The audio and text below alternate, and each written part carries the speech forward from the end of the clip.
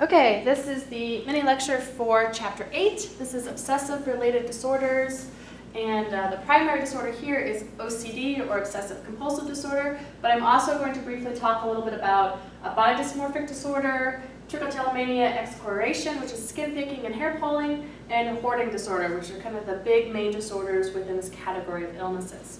And of course, the key idea here is this idea of either obsessive thoughts or compulsive actions. And I want to point that out because that's the difference between obsessions and compulsions. So with OCD, you have to have one or the other.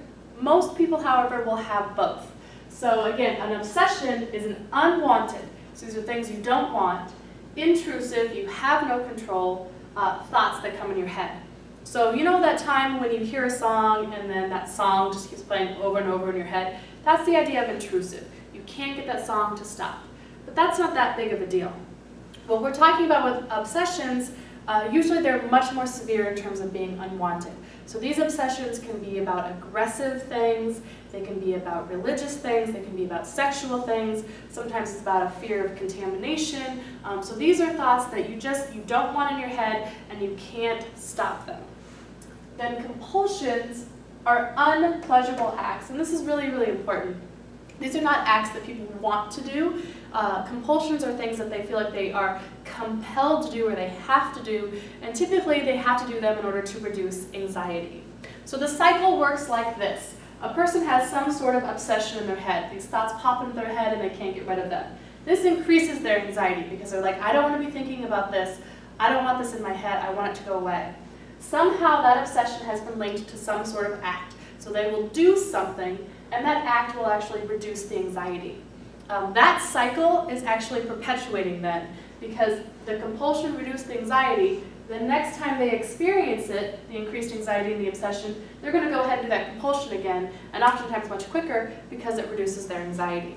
And so that's this cycle, that the only way to get rid of this anxiety is to do whatever act it is that I'm doing, and so it's going to reinforce, this is actually negative reinforcement, it's going to reinforce that compulsive act. So sometimes they're linked like germs. So you have an obsession about germs. Oh my God, I don't want germs on my hands. I can't stop thinking about this. So then they have to compulsively wash their hands 3 times. And we found in the clinical research that 3 is kind of a magic number. We don't know why, but oftentimes people have to do things 3 times, and then the anxiety goes away and they feel better. So they have fear of germs, fear of contamination. They wash their hands 3 times. That's the compulsion, and then the anxiety goes away. The problem is oftentimes this is just a snowballing effect. So the obsessions continue, the compulsions sometimes get more ritualistic, and when it turns into OCD is when it becomes time-consuming. So in the most severe cases, people spend all day on their compulsive rituals in order to reduce the anxiety that is created by their obsessions. So the timing issue really is what separates normal ritualistic behavior, we all have rituals that we do, from OCD, where it becomes functionally a problem. Under OCD, I have body dysmorphic, trichotillomania, and extrication disorder, because they're all sort of related to this idea of time-consuming or functional impairments. So again, remember, everything's on a continuum, and we all do some of this stuff. The big thing that separates normal behavior from something that we consider clinically significant or mental illness is this idea of it's hurting you functionally. You're not able to do the things you want to do in life anymore. So body dysmorphic disorder is a preoccupation with a flaw, some sort of flaw that either exists or that you perceive exists. The key here, though, is that this flaw can't be weight. So if you're preoccupied with your weight, we're talking about an eating disorder, and that's the next unit. But sometimes people are preoccupied with their nose, or they could be preoccupied with their hands, or I have my sister-in-law that believes she has a short torso, and she's really preoccupied with that idea. So it can be various things. Again, nose, hair is common. For men, penis size is a common one that we see in the literature. So it can be just about anything. Then what they do is they either are thinking, checking, or concealing, and this becomes time-consuming. So they're thinking about this flaw a lot, and they might be comparing themselves with somebody else. So let's say they think that they have, let's take my sister-in-law, they have a short torso. They're going to be looking at their torso, and they're going to be comparing it to everybody else that they see, and they're going to spend a significant amount of time doing this. I don't think she does that, so I don't think she has this disorder. But if you did, then that would meet the criteria.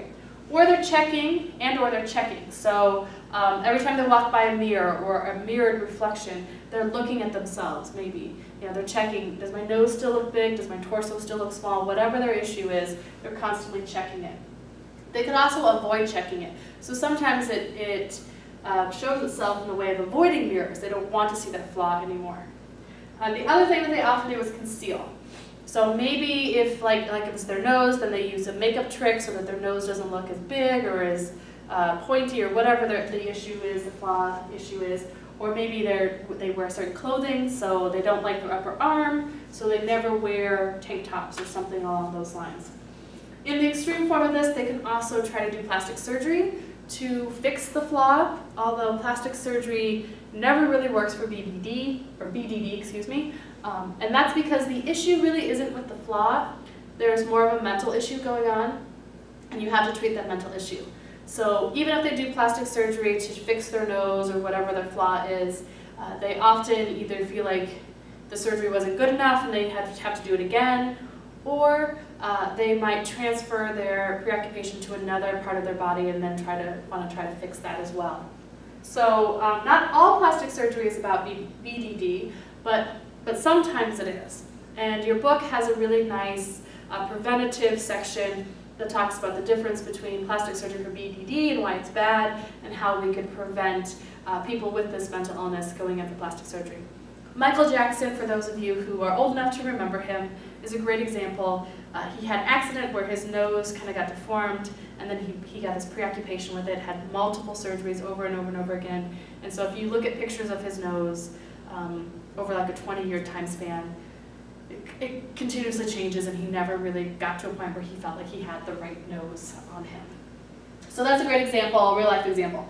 Trichotillomania is hair pulling, so a person has repeated acts, so they pull their hair repeatedly, and they can't stop. That's really a big key.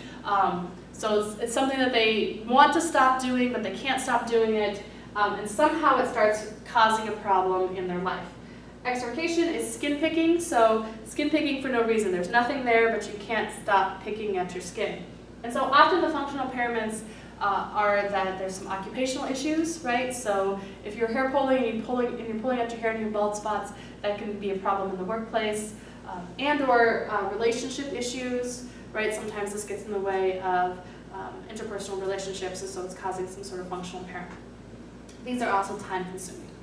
Now I put hoarding disorder over here because it's a little bit different. It's not necessarily about time-consuming. The key to hoarding disorder is a problem in functional living space more than it is time-consuming, although often hoarding disorder is very time-consuming. So the key aspects here is that they keep a lot of objects, and there's different types of hoarding. Some people sort of keep like trash around. Some people are compulsive buyers as well, so they'll go and they get a good deal somewhere, so they just keep buying stuff, and that's what they're hoarding. Some people are animal hoarders, and there's lots of reality shows about that, and it can be very sad, where they want to rescue and save all these animals, and it usually starts that way, but then you get too many animals, and then you're not really saving them. They're actually in a poor living environment, and so are you. So they're keeping lots of things, and then that has to be linked to the fact that getting rid of those objects, the idea of cleaning up those objects, is emotionally upsetting. And there's a hoarding disorder video about a family that is dealing with hoarding disorder with their mother, and you can see how upset she is when her family goes in and cleans out her house, basically gets rid of all the trash and the things that are decomposing.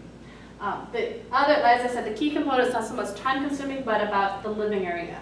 So it doesn't become hoarding until at least one living area is no longer functional. So that could be that you have so many things piled on your bed that you can't use it to sleep in anymore. Or you have so many things piled on the dining room table that you can't eat there anymore. Or you can't cook in the kitchen, or whatever. The living space that you have that's supposed to function this way can't anymore because you have too much stuff. That is when you flip the switch over to hoarding disorder, as opposed to just being somebody who has a lot of stuff and is cluttered. The other thing I want to point out is there's a difference between a collector and a hoarder. So sometimes people will collect various things. My little sister sort of collects stuffed animals. She refuses to get rid of any stuffed animals, even though she's 26 years old. But oftentimes collectors will display their collections. So they'll put them up in a glass case, or they'll have them around their house, they'll organize them, and they want people to see their collections. That's a collector. That's not a mental illness. A hoarder often isn't organized. Often it's all sort of everywhere. They can't find anything. They just don't want to get rid of the stuff. So that is obsessive related disorders in a nutshell. I wanted to make sure that all of that sort of made sense and that you understood the differences between them and also what links them as a category.